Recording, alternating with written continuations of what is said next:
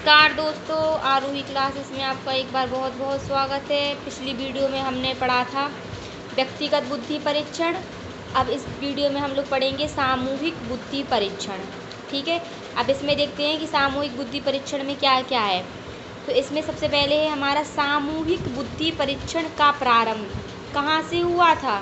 तो ये हुआ था प्रथम विश्व युद्ध के समय अमेरिका से। कहाँ से हुआ था? सामूहिक बुद्धि परीक्षण का जो निर्माण है वो कहाँ से जन्मा था?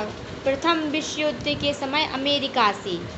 और ये जो प्रथम विश्व युद्ध है ये कब हुआ था? 1914 में शुरू हुआ था और 1918 तक ये चला था। कुल 4 साल चला था ये सामूहिक बुद्धि परीक्षण। ठीक है, अब देखो इसमें क्या था, इसका कारण था मतलब सामूहिक बुद्धि परीक्षण क्यों बनाया गया। तो इसका कारण था कि वहाँ की सरकार, कहाँ की सरकार? अमेरिका की सरकार। वहाँ की सरकार मानसिक योग्यता के आधार पर लोगों को सेना में भेजना चाहती थी। किसके आधार पर? मानसिक योग्यता के आधार पर।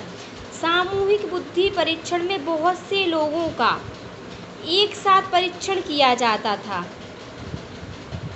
ठीक है, सामूहिक परीक्षण का जैसे नाम ही से समझ में आ रहा है सामूहिक, तो बहुत से लोगों का क्या किया जाता था? एक साथ परीक्षण किया जाता था। ठीक है, फिर उसमें क्या होता था, जिन लोगों की बुद्धि ज़्यादा होती थी उन्हें हम लोग किस में भेज देते थे?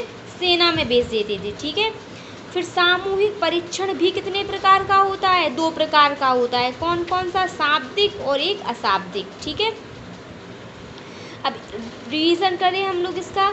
तो सामूहिक बुद्धि परीक्षण का प्रारंभ प्रथम विश्व युद्ध के समय अमेरिका से हुआ। प्रथम विश्व युद्ध कब हुआ था? 1914 से 18 तक हुआ था। ठीक है, सामूहिक परीक्षण कितने प्रकार का होता है? 2 प्रकार का होता है, शाब्दिक और अशाब्दिक।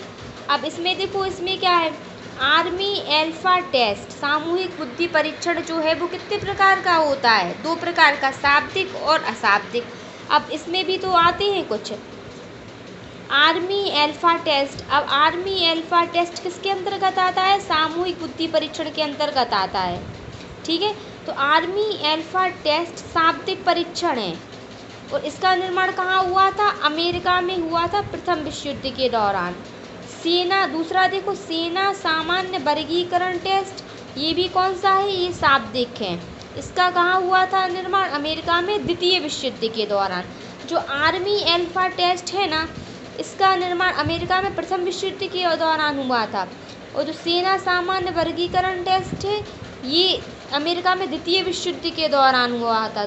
विश्व युद्ध कितने हुए थे? 2 ही तो हुए थे, प्रथम विश्व युद्ध और द्वितीय विश्व युद्ध। तो जो सेना सामान्य वर्गीकरण टेस्ट है ये द्वितीय विश्व युद्ध के समय हुआ था। और शाब्दिक अशाब्दिक का मतलब तो हम पहले ही पढ़ चुके हैं कि शाब्दिक का मतलब पढ़े लिखे लोगों से होता है और अशाब्दिक का मतलब होता है गैर पढ़े लिखे लोगों से। ठीक है, तो अब ये जो आर्मी एल्फा टेस्ट और सेना सामान्य वर्गीकरण टेस्ट ये दोनों शाब्दिक हैं। आर्मी का प्रथम विश्व युद्ध के दौरान अमेरिका में हुआ था निर्माण और सेना सामान्य का द्वितीय विश्व युद्ध के दौरान अमेरिका में हुआ था। फिर तीसरा है शिकागो अशाब्दिक परीक्षण। ये शिकागो अशाब्दिक परीक्षण में शिकागो अशाब्दिक परीक्षण आर्मी वीटा परीक्षण, आर्मी वीटा परीक्षण अशाब्दिक है। अगर प्रश्न आ जाए कि आर्मी वीटा परीक्षण कैसा है, देखो आर्मी एल्फा तो शाब्दिक है और आर्मी वीटा अशाब्दिक है। ठीक है, एक और कुछ देख लेते हैं कि ये जो जलोटा है ना, जलोटा सामान्य मानसिक योग्यता परीक्षण, ये हमारा कौन सा है? शाब्दिक है। प्रयाग मेहता बुद्धि परीक्षण भी हमारा कौन सा है? शाब्दिक है। जलोटा सामान्य, ये बहुत पूछा जाता है कि जलोटा सामान्य मानसिक योग्यता परीक्षण कैसा है? शाब्दिक है। फिर देखो थर्ड निष्पादन कौन से हो गए हमारे पास, देख लो एक बार। ये हमारा हो गया आर्मी एल्फा टेस्ट, सेना सामान्य टेस्ट, शिकागो अशाब्दिक बुद्धि परीक्षण, निष्पादन परीक्षण। ठीक है, देखो सबसे पहले हम लोगों ने क्या पढ़ा था? थर्ड का देखो, सबसे पहले हम लोगों ने पढ़ा था व्यक्तिगत बुद्धि परीक्षण, फिर हमने पढ़ा सामूहिक बुद्धि परीक्षण। अब हम लोग क्या पढ़ रहे हैं? निष्पादन परीक्षण।